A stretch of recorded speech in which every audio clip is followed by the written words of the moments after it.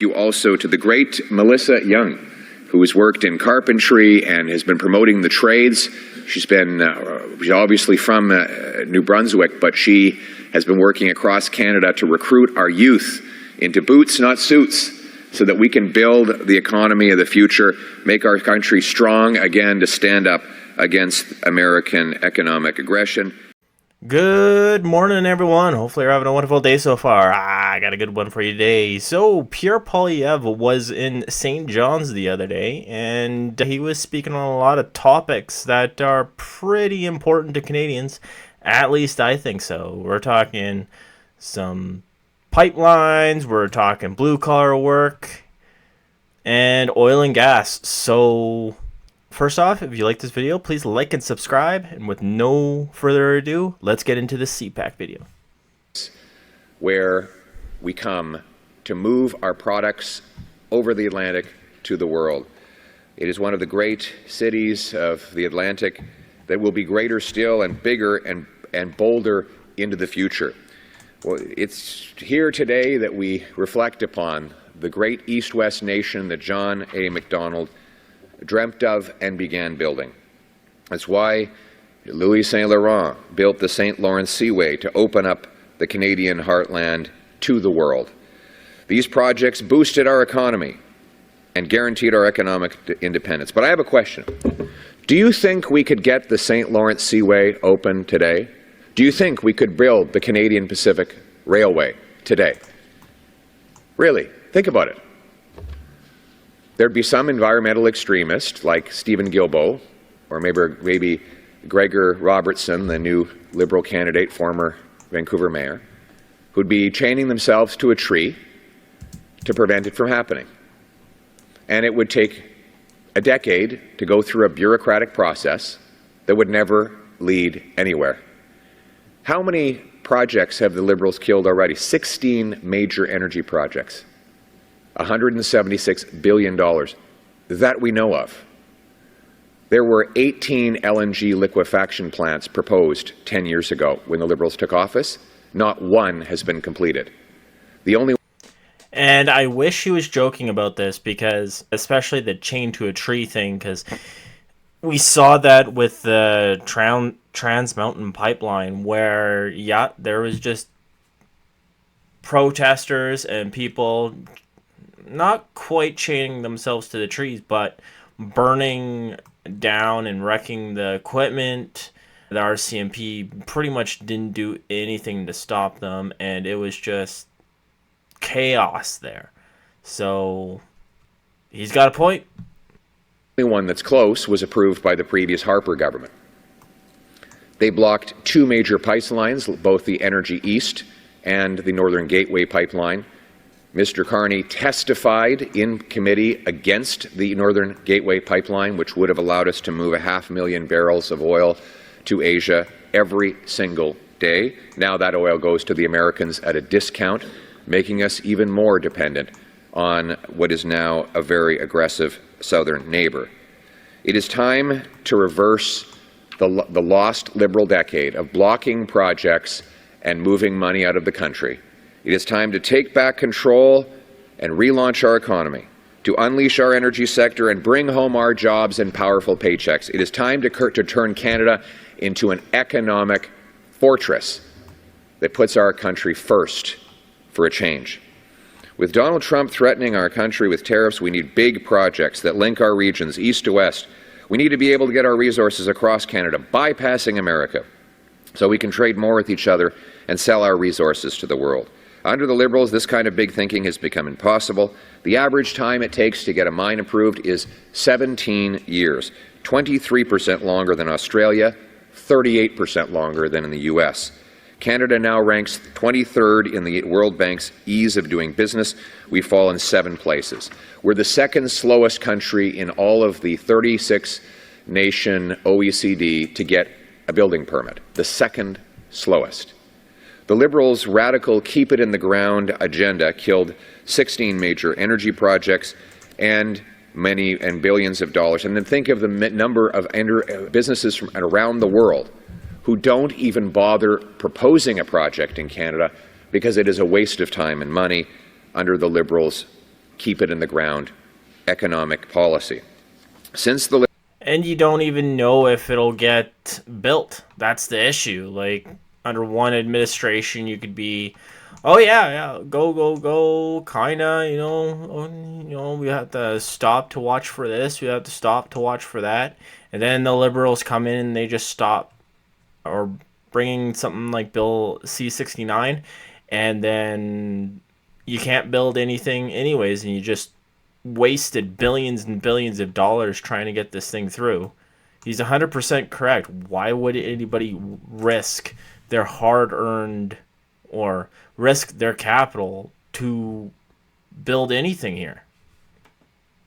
Liberals killed the Energy East pipeline, and let's make no mistake, they did kill the Energy East pipeline. They'll claim that TransCanada just changed its mind. Really? So the company spent $1 billion on getting the project approved, only to sort of one day say, oh boy, the price of oil has gone down this week, we're going to cancel the whole thing. Give me a break. This is a 100-year investment. It doesn't get canceled because the weekly price of oil went down. It got canceled because the Liberals changed the rules in the middle of the game.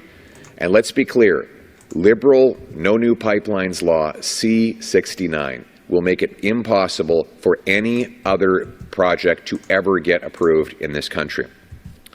And Mark Carney could have repealed that law.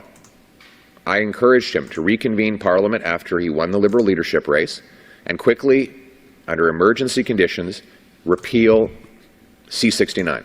He didn't do it. So it doesn't matter what he says about the law now. We know he doesn't mean it, because he could have done it. It is a Liberal law that they passed, that they brought in, and that they have defended. And it is the same Liberal ministers, same Liberal MPs, same Liberal strategists, same Liberal promises that they made 10 years ago. If you vote the same, you will get the same by re-electing the same Liberal gang. The only difference now is they have a weaker and more compromised Liberal leader. While Mr. Carney was advisor to Justin Trudeau. Now, I don't know about that. It's weaker leader than Justin Trudeau. I mean, I don't want to back Carney up on anything, but yeah, no. Carney is better than Justin Trudeau. Not by much, but he is. He supported all of the same radical keep it in the ground policies, but not only because he believes in it, because he profited from it. By pushing resource projects out of Canada, his investments overseas and in the States become more profitable.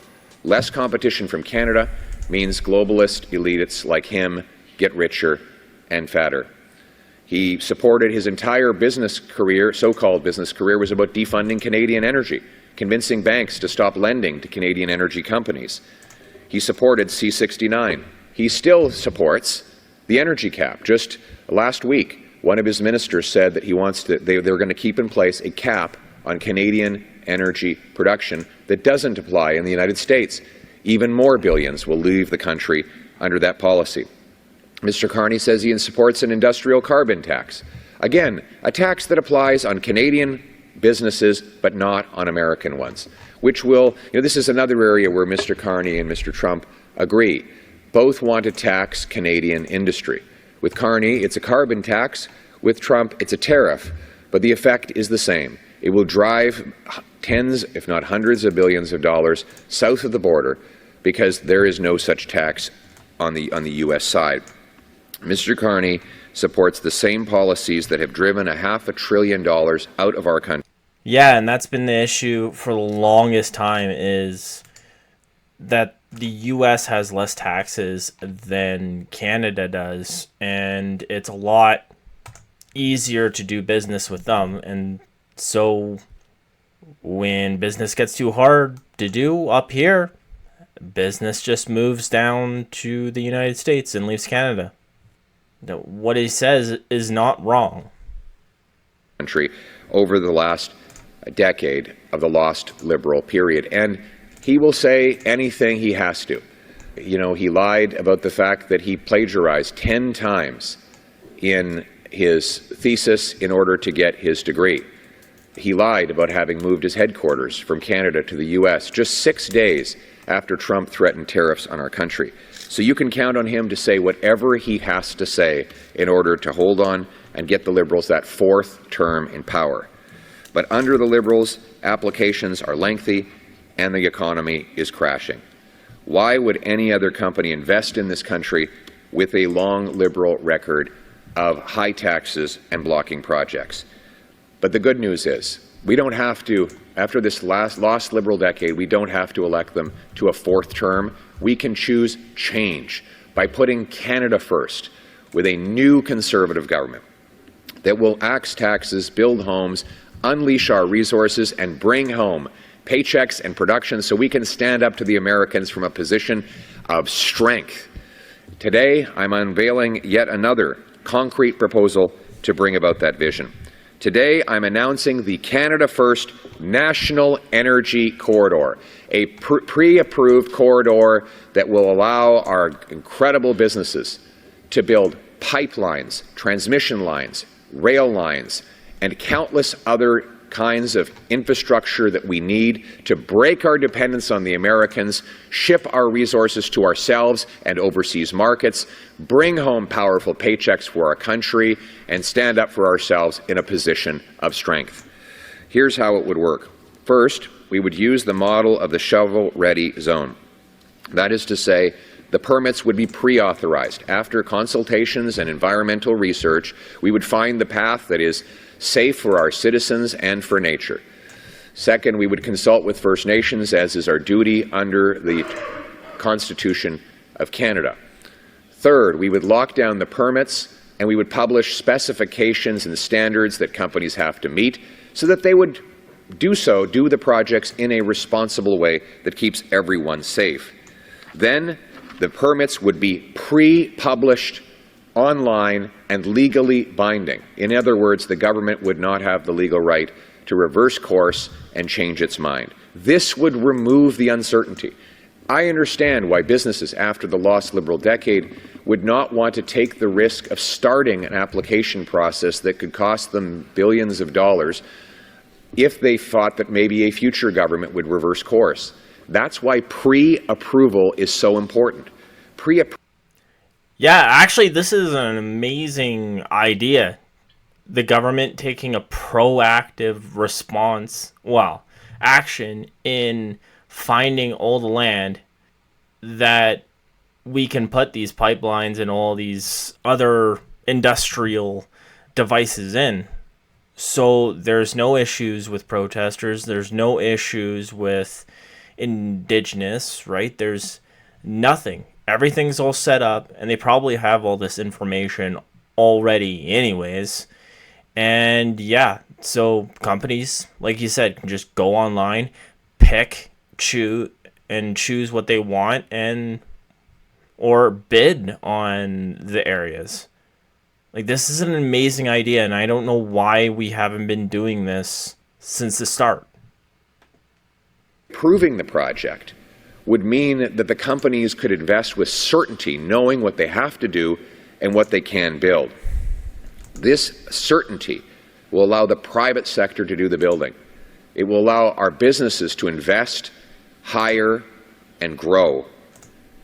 It would also allow us to become independent from the Americans, going around them directly to ourselves and to others. We can build Canadian pipelines with Canadian steel to deliver Canadian energy to a Canadian refinery, perhaps right here in St. John. And that will cause a massive economic boom. Billions of dollars will flood into our government coffers from the resulting economic growth, money that can be used to improve our failing hospitals and our schools, building roads and other infrastructure we need, defeating poverty and lifting up our people, giving new jobs to our young tradespeople, 350,000 of whom we are going to train up through our Boots Not Suits plan. It will mean a new era of prosperity, and it adds to a broader plan that we've been systematically unveiling. For example, just yesterday, I announced the Canada First reinvestment tax cut. Zero capital gains tax if you reinvest in Canada. You sell your business and you reinvest in a Canadian stock that funds Canadian economic growth, zero capital gains tax. You sell a rental property and reinvest it in building a new home in Canada, zero capital gains tax. You're a company that wants to sell a vacant piece of land to reinvest in building a new factory in Canada, zero capital gains tax. You want to take your money out of Canada to a foreign jurisdiction, you will pay capital gains tax. That's why it's called Canada First. We're going to be bringing home hundreds of billions of dollars and unleashing a boom. This will be economic rocket fuel for our Canadians to launch above and beyond the Americans. We will cut income tax by 15% for the average worker and senior. So that means that more of your pension and your paycheck will go home to your family rather than into government coffers. And speaking of home, we'll get rid of the GST. We will axe the federal sales tax. Oh, sorry about that. But I was wanting to say, if he's going to cut the income tax for middle-class people, man, this guy's got my vote. Because we pay too much in taxes for what we get back as it is.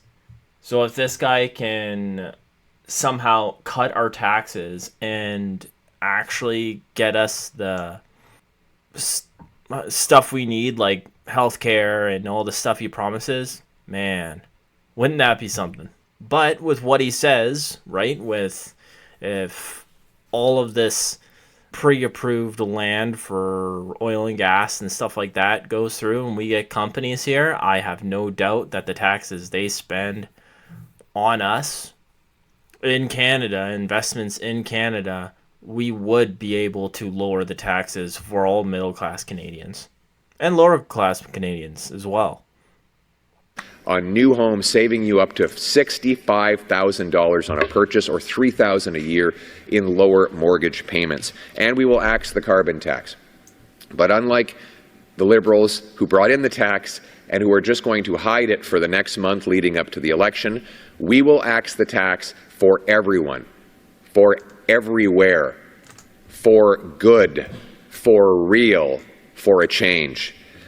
We will unleash an incredible economic boom that will turn Canada into a fortress. We'll honor the legacy of John A. Macdonald and Louis Saint-Rand by adding pipelines, power lines, roads, rail that bind the nation together. One nation, bound together into a united country, self-reliant, sovereign, standing on its own 2 feet and standing up to the Americans from a position of strength. The choice is clear. After the lost Liberal decade of costs and crime up and the economy down under the American thumb, can we afford to give Liberals a 4th term? Or is it time to put Canada first for a change with a new Conservative government that will axe taxes, build homes, unleash our resources to bring home our jobs so we can stand up to the Americans from a position of strength? Canada first for a change. Let's bring it home. Thank you. We will now take questions. Isn't this a lot better messaging than just like what Mark Carney has, where all he says is just, oh, we're going to have one Canadian economy instead of 13, and well, we're gonna bring our economy out to overseas, and right. Mark Carney doesn't really, he copies the Conservatives, and those are his points that actually get through and actually make sense. And those are the points that he can actually explain. Everything else is like convoluted and clickbaity, and you definitely know that it's just not true. That's just from my certain point of view. Now, I think I'm going to end her here. This video is getting a little bit long, and I do not have the time to keep on going on this. So, because those dang Liberal taxes are coming up. So, I'm going to leave her here and probably tomorrow do the question and answer period. So, let me know what you think about the Conservatives' new plan down below, and let me know what you think about less taxes and this kind of incentive program for companies to build here in Canada. And if you like this video, please like and subscribe. And with that, that's all I got for you today. Have a great day.